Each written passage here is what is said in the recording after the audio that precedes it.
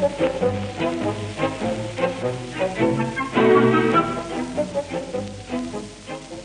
Adventures of PC-49 by Alan Strangs, being another incident in the career of Police Constable Archibald Barclay Willoughby with Brian Reese, Joy Shelton, Leslie Perrins, and Eric Phillips. This week's adventure, The Case of the Perfect Fiddle.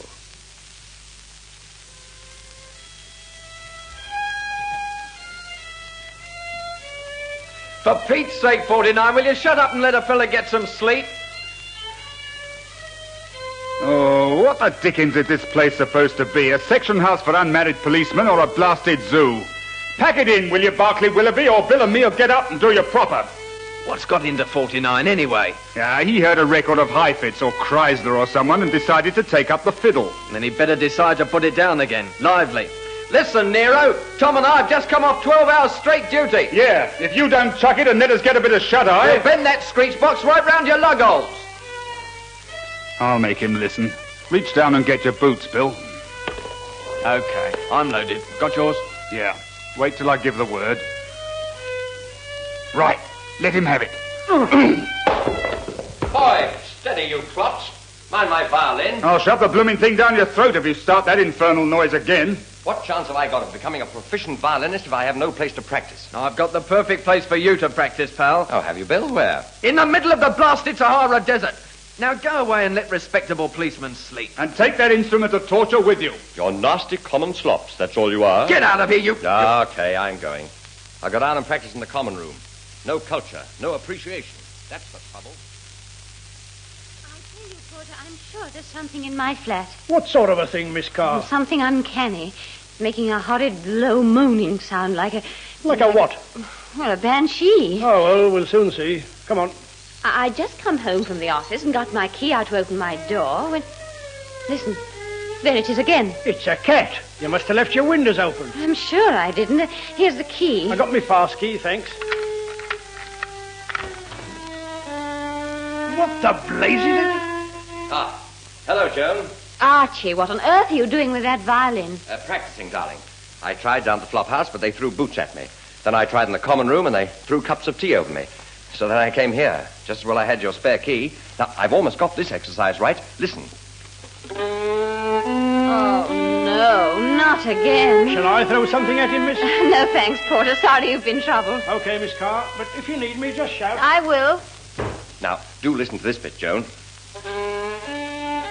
Archie, stop that din at once. Now, don't say you're going to turn on me, Joan. Listen, my pet, I've been in love with you for over 3 years now. As long as that, it seems only yesterday since we... 3 long years of murder, robbery, blackmail, arson, kidnapping, larceny, and what have you. But this is one crime I will not stand for. Crime? I don't follow. You will, Paganini. Now get this straight. No more fiddling. But, Joan, if only you'd give me a chance to explain. Okay, you've got 1 minute. You better make the best of it. Well, this violin was the property of Fiddler Patchett. Who's Fiddler Patchett? He's a busker who does a bit of pocket picking as a sideline. Well? Well, this Fiddler Patchett fell foul of Birdie Snipe. Not another fiddler. Birdie's a fiddler, but not a violinist. If you get what I mean. I get it. Go on. Well, Birdie Snipe was recently charged with breaking and entering the home of Lord Falconbridge and stealing the Melton manuscript. Oh, I've read about the Melton manuscript. That's the priceless parchment. Papyrus. All right, papyrus. It's the one they found in Carmen Ra's tomb in Egypt, isn't it? That's the one. It's said to be the first authentic record of Cleopatra's life story. Hence the pyramids. But why the fiddle? I'm trying to explain, darling. This Birdie Snipe was charged with pinching the Melton manuscript. But while he was out on bail awaiting his trial, he laid information that Fiddler Patchett had picked his pocket at the dog races. We picked up the fiddler that night and found Birdie Snipe's wallet on him. So Fiddler went away to Parkhurst for a year's vacation. When do we get to the fiddle? This fiddle? We're coming to it now. You see, Mrs. Patchett... The fiddler's wife? That's her. Well, Mrs. Patchett has 3 kids. Fiddler left her a bit on the short side of what it takes to buy rations for 3 children, so I... Bought Fiddler's violin from her, eh? Only for a $5, Joan. But you really needed the money. Fiddler can buy it back when he comes out, but in the meantime, I thought... You thought what? Well, I heard a wonderful record on the wireless. Max Carousel playing. So I thought, here's the chance to give Joan a big surprise. And you certainly did that. When I came to that door, I thought that... No. I meant the police concert. It's only 2 weeks away, and if I practice really hard... Not here, you won't. Oh, Joe. I like this place. Flats aren't easy to get. And if you start that devilish din again, I'll be asked to leave. Okay. You're all against me. It's a plot. But I'll show you. I'll show the whole blinking pack of you. Just you wait and see. Morning, Inspector. Morning, Rog. Anything new? One of our boys picked up Birdie Snipe again last night. Good. What's the charge this time? Receiving. Had several items of jewellery in his possession which appear on a list of stolen property. He says he found them and was on the way here to pass them over when he was picked up. Yes, you can tell that to the magistrate. He's a slippery customer. He beat his hands down on that Melton manuscript case. Nevertheless, he was guilty. He hadn't got the manuscript on him when we nabbed him. So his KC was at pains to point out. Birdie Snipe with a KC. And who paid Sir Charles Penrose to defend him? Will you tell me that? Probably the collector who put him up to the job of pinching the manuscript. Well, let's go down to the cells and see what sort of a song Mr. Birdie Snipes decided to sing this morning. Come on.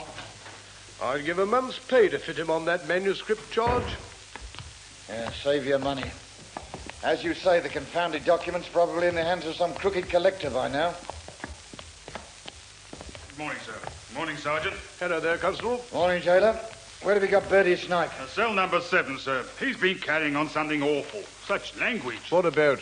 Well, he'll probably tell you about that himself, Sarge. 7. Here we are. Open up, Constable.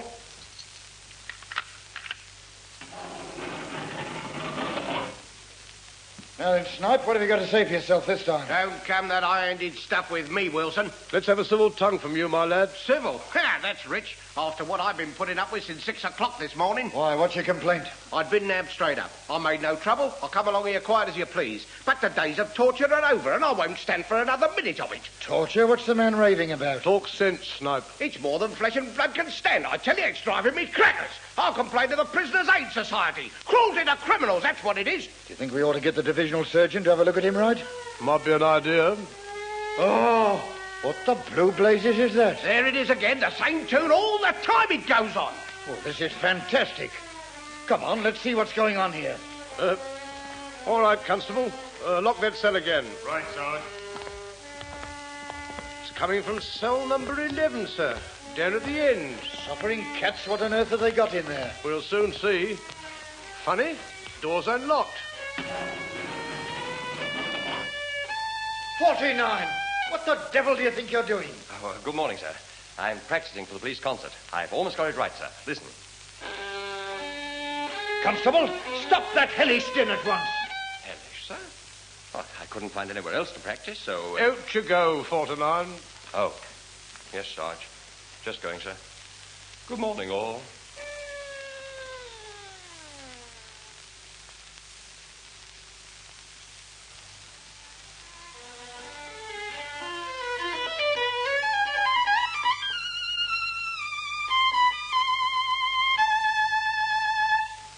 Bravo, Max. You're magnificent. With a technique like that, I wonder you bother yourself with criminal affairs. I am Max Carousel. My music is impeccable, Sir Charles. So impeccable it bores me. Once a violinist has reached my standard of perfection, he seeks other interests. It is in that connection I asked you to come to my apartment this morning. What do you want me for this time? Sir Charles Penrose, K.C., is considered as highly in legal circles as I am in the world of music. Oh, you flatter me, Max. He is also a man to whom money means more than professional integrity. Not so flattering. But equally true. Et maintenant to business. Recently, I paid you an extremely high fee for defending a creature called a Snipe against a charge of housebreaking. Yes, I must admit that getting Birdie Snipe off was a stroke of pure genius. No other counsel could have done it. He stole the Melton manuscript, all right. Though what he did with it, even I couldn't find out. He bungled the job. And now he's been arrested again on another charge. What is it this time? L'idiot bought some stolen jewelry. And they've nabbed him for receiving? Oui. I want you to get him off. What, again? It is vital. It'll be a lot harder. And it'll cost a great deal more. How much more? Oh, let's see. 1,500 last time. Shall we say 3,000? Plus my out-of-pocket expenses. 2,000 of it in cash. No wonder you are a rich man, Sir Charles. There's nothing to stop you going elsewhere, you know. I need you in this matter. I agree the fee. Splendid. Then you'd better tell me the facts. Very well. You know I've made a great deal of money with my music. Concert tours, recordings, broadcasts. Yes, that's common knowledge. But now, as I have said, music bores me. Strangely enough, so does money. I have found a greater interest, that of the connoisseur. For instance, I have the Lungana ruby. The Lungana ruby? But that was stolen from the Bandwa temple in Indochina in 1940. Exactly. It was stolen at my instructions. Well, I'll be... Among my other possessions is the Gainsborough Stargazer. Cut from its frame at Tarragon Castle in 1943. Correct. The famous Black Pearls of Yazawa, the Chaucer Diary. Good Lord. But what's the use of them to you? You can't show them to your friends. You can't even disclose that you possess them. It is enough that they are mine, that I, Max Carousel, possess what no other man can own. I see. But how does all this connect with this fellow Birdie Snipe? He was recommended to me as one who could lift the Milton manuscript. I came over from Paris to commission him to do the task, and then went back to await results. Mm-hmm. When I returned to collect the treasure, I found the idiot already in prison and charged with its theft. But the police didn't find the manuscript on him when they arrested him. Oh, of course not. He had already hidden it. Well, I got him out on bail for you. You should have got the manuscript on him then. He refused to pass it over to me until he was cleared of the charge at the Old Bailey. A shrewd bird, eh? While he was on bail, he took the manuscript from its hiding place. Then, like a fool, went to the greyhound races where someone picked his pocket. Yes, I saw that in the papers. Man called Fiddler Patchett lifted Snipe's wallet, didn't he? And, of course, you can guess what was in that wallet. Not the manuscript. See, the Milton manuscript. But when the police recovered the wallet, it was not there.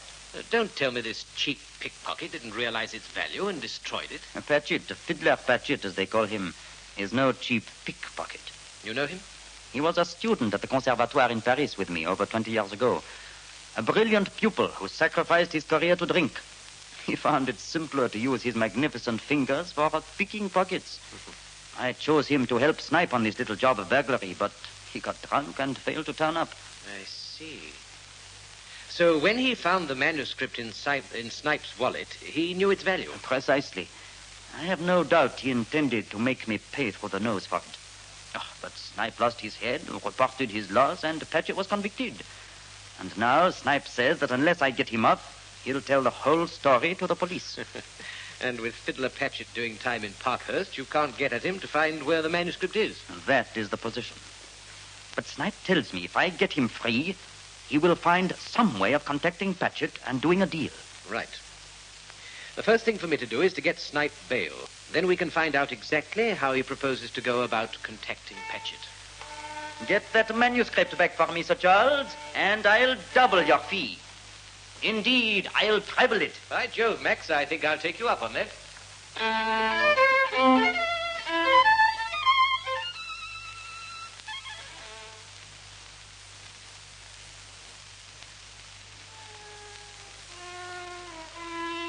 Archibald Barclay Willoughby, this is the end of a beautiful romance.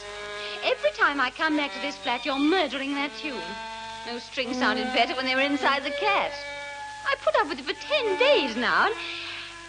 Archie, you're not even listening to me. What did you say, darling? Briefly, that if you don't stop that vile din, I'll give you back your ring and get myself engaged to a man who plays the bagpipes or works a road drill. Ah, but Joan, the police concert's the day after tomorrow. I simply must practice. I'm still far from perfect, you know. Well, you're not going to practice this evening. Come on, we're going to the pictures. You'll just have time to see the main feature before you go on duty. Ah, well, all right. Well, you're not going to bring that thing with you. Of course I am. I might get a chance of a few minutes' practice before I muster. Well, if you must. Come on. Oh, I hope the big picture hasn't started. Come on, hurry, darling. Now, what's he doing there? What's who doing where? That character on the other side of the road. Looks as if he's watching your block of flats. Let's walk across. Well, do you know him? Sure I know him. That's Birdie Snipe. Out on bail on a receiving charge. He fronts at the Old Bailey on Monday. Flying high, too. He's got Sir Charles Penrose, KC, defending him again. Well, he's entitled to choose his own counsel, isn't he? But he's not entitled to hang about in a suspicious manner outside my girlfriend's flat. Hello there, Birdie. Out of the cage again, I see. You got nothing on me, none of you. It was a frame-up. Time will tell, chum. Anyway, what are you loitering about here for? I ain't loitering. I'm just resting. Well, go and rest somewhere else. Okay, copper. Here, What's the idea of the fiddle? You taking up music? As a matter of fact, Bertie, I'm playing a solo at the police concert. Go on, you don't say. I certainly do say. I hope to knock 'em dead. If they don't get in first. Come on, Archie. Here. I've seen that fiddle case before somewhere. Don't it belong to Fiddler Patchett? It did, but I acquired it at enormous cost from the fiddler's wife. So long, Bertie. Half a minute, Copper. If it's not a rude question, how much did you pay for that fiddle? It is a rude question. I paid a $5. Why? I was just thinking, poor old fiddler will be lost without his violin when he comes out of stir. You should worry. You put him there for pinching your wallet. Don't rub it in. I just got the needle to him. I wish I hadn't. I tell you what, Copper. I'll give you 6 nicker for that fiddle here and now. £1 profit on your deal. How's that? Nothing doing. Anyway, why are you so interested? Well, I thought if I sent it down to Parkhurst to my old pal Fiddler, they might let him play in the prison band. They got more than enough fiddlers in Parkhurst already. No sale, Bertie. Well, they won't let me do my duty through my old china. It's not my fault, is it?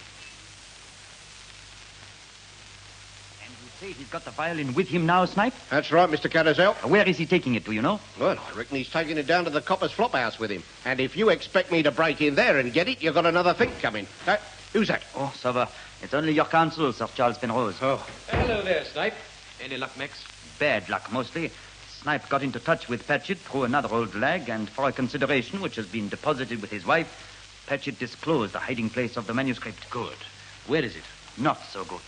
It's concealed inside Patchett's violin. Well, where's the violin? A blinking copper bought it all for Mrs. Patchett just after Fiddler went inside. I found out this copper practices every night at his girl's place, so I hung about outside her flat, hoping they'd go out so as I could bust in and snitch it. Well, what stopped you? He took the blinking thing with him. He's going to play it at the police concert on Thursday night. The police concert, eh?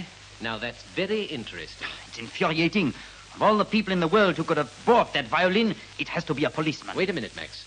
How long since you did a charity show? I never play for nothing.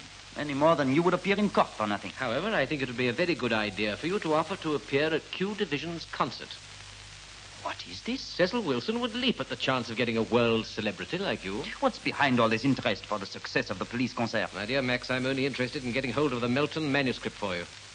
What's in your mind, Sir Charles? Listen, this clod of a constable... PC 49 he is, Archibald Berkeley Willoughby. This amateur fiddler will be highly flattered if you offer to play a duet with him. Vous êtes fou? Me play a duet with a gut-scraping imbecile? Wait. If you did make the offer, you will need to rehearse with him here in this apartment. Aha. I begin to see. Then, before he leaves, it should be a simple matter for you to distract his attention for sufficient time to place his violin in your case and your violin in his case. What? And let him walk out of here with my priceless Stradivarius? Oh, c'est incroyable. Nevertheless, you'd be wise to give it some thought. It's extremely unlikely any harm would come to your violin. Why, he'd no sooner get back to his quarters before he'd realize a mistake had been made than he'd come back here, hot foot, to return your instrument and claim his own. Ah, yes.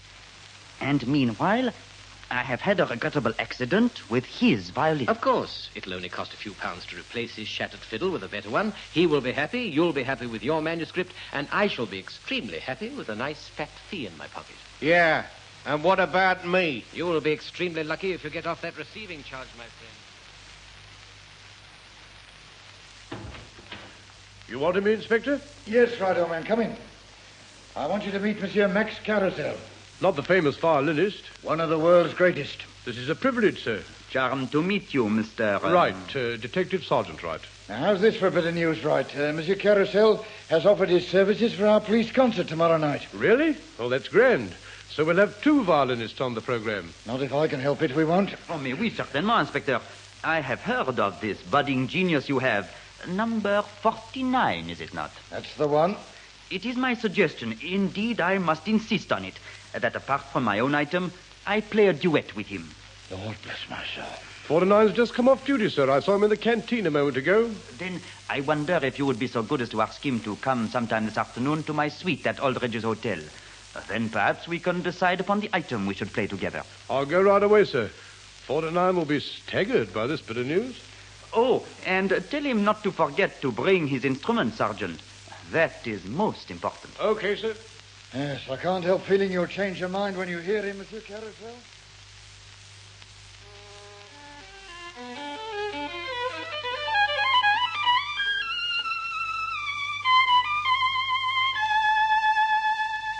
I say, say, Mr. Carousel, how wizard. Gosh, you must have put in a lot of practice. I have. I learned from the age of 10 to 12. I put in the last 10 days practicing solidly, but the best I can do is this. Oh, mon Dieu. No more, please. I think we have rehearsed enough for this afternoon.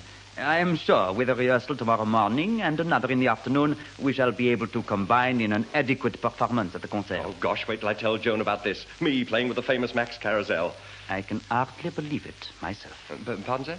Oh, nothing. I wonder if, while I put my violin away, you will go to the phone. It is in the dining room just there, and ask for service. I'd like you to join me in a drink before you leave. Oh, certainly, sir. Right away, sir. Shan't be a minute, sir. Now then, his violin into my case, and mine into his. And I hope to heaven he's careful with it. Archie, you are a brute. You told me to meet you here at 5:30, and it's 10 to 6. I'm sorry, darling, but wait till you hear what I've got to tell Well, you. let's go and eat first. I'm starving. Oh, my hat. Don't tell me you're bringing that fiddle to dinner with us again. I had to bring it. I've just been rehearsing with Max Carousel. You've been what? Rehearsing for tomorrow night's concert. I'm playing a duet with Max Carousel. Wake up, Copper. You're still in the land of dreams. No, Scout's honor. He's been absolutely marvelous to me. I've been rehearsing all afternoon. Come on, darling, let's cross here. Of all the fantastic things you've ever told me, this is the most. He says I've got definite promise, and that if I really study... Archie, I'll look be... out for that car. Oh, you crazy man. I thought I'd lost you for good. Oh, look at my fiddle.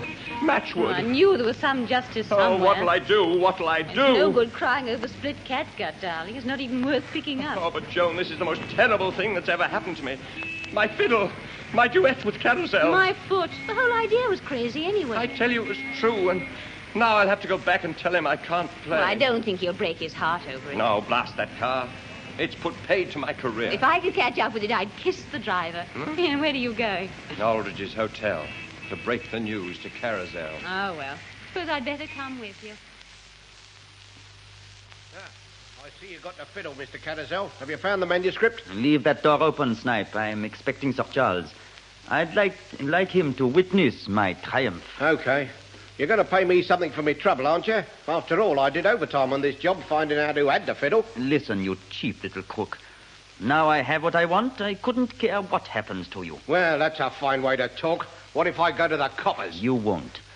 They'd never believe you anyway. Now, listen here, Mr. Blinking Carousel. If you think you're going to leave me out in the cold, you're very much mistaken.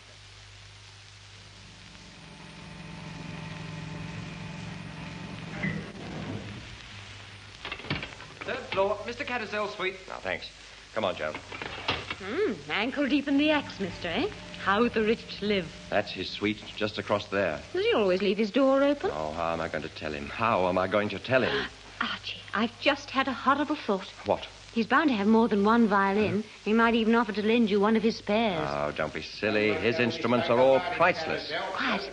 Somebody arguing in there. Listen. You hired me to pinch the Melton manuscript, which I've done. And bundle things so completely that I was forced to pay Sir Charles Penrose an exorbitant fee to defend you. Yeah, Penrose is as big a crook as you are. You're wasting your time. You'll get nothing further from me, you scum. Further, I'm telling Penrose to withdraw from your defense. Oh, you are you? And who, may I ask, got it on the grapevine from Parkhurst that the manuscript was hidden in Patchett's fiddle? That very fiddle in your hand there. You did, my friend. Yeah. But I'm afraid it won't do you any good. I've spent enough money on this business already.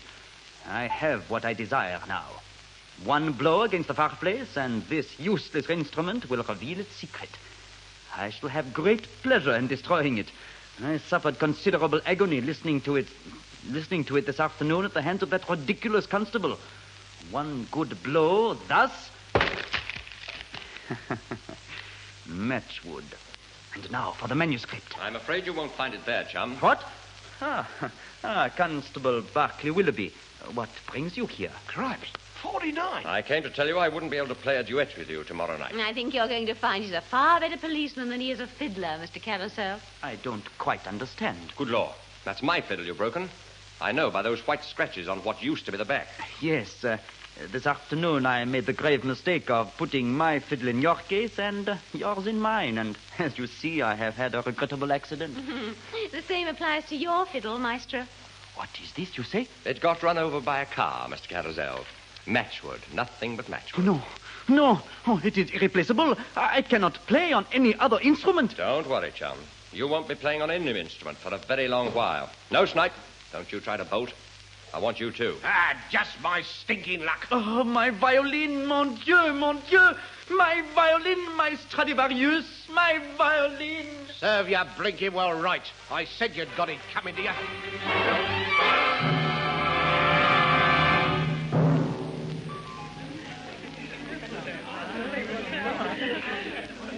Will you have another half pint, Inspector? Oh, thanks, Wright. I think I will.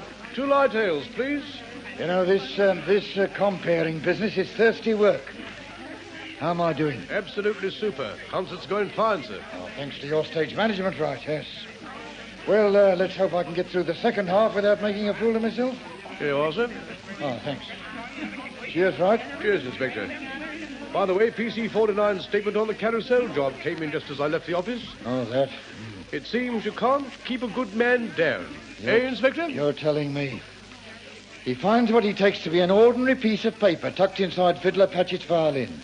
He thinks it's there to muffle the tone, so he takes it out and stuffs it in his pocket. And walks around for 10 days with the Melton manuscript actually on him. Yes. Well, I suppose we can't grumble. Snipe and Carousel have squealed on each other to such fine effect that we've got a perfect case against each of them. And against Sir Charles Penrose, KC. Oh, yes, he'll be implicated in the conspiracy charge, of course. There's the bell. We'd better get round to the stage, I suppose. Thank the Lord this only happens once a year.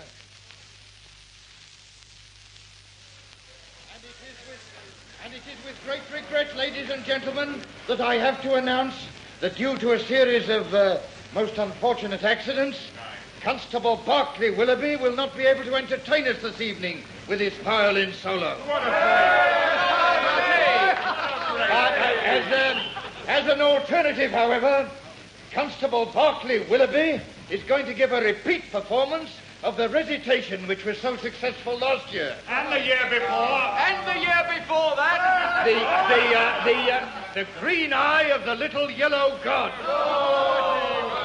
Ladies and gentlemen, Constable Barclay Willoughby. My Sunday helmet. Go on, Archie. They're waiting for you. I know. That's what I'm afraid of. On you go, 49. Yes, Sarge. Just you say, Sarge. Oh, beg your pardon, sir. I agree. Good evening, all.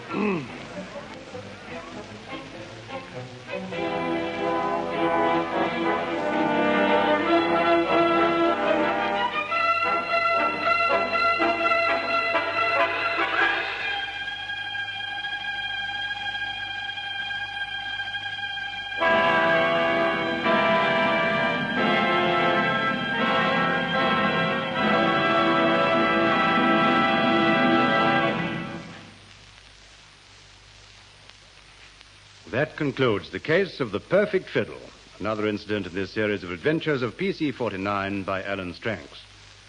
The cast was as follows. PC-49, Brian Reese. Joan Carr, Joy Shelton. Chief Inspector Wilson, Leslie Perrins.